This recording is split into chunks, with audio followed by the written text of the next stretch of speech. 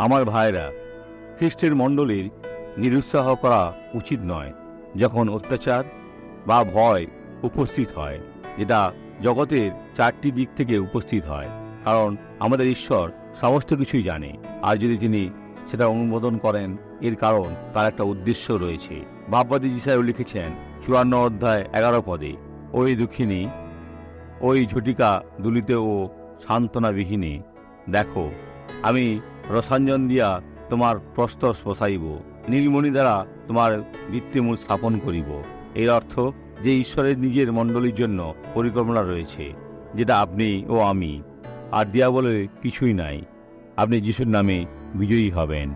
আসুন এ ব্যক্তিকে দেখি যিনি আশীর্বাদকে শোনাচ্ছেন। হাতে যন্ত্রণা ছিল, মেরুদণ্ড সমস্যা ছিল, একটা হার্নেটের ডিস্ক ছিল।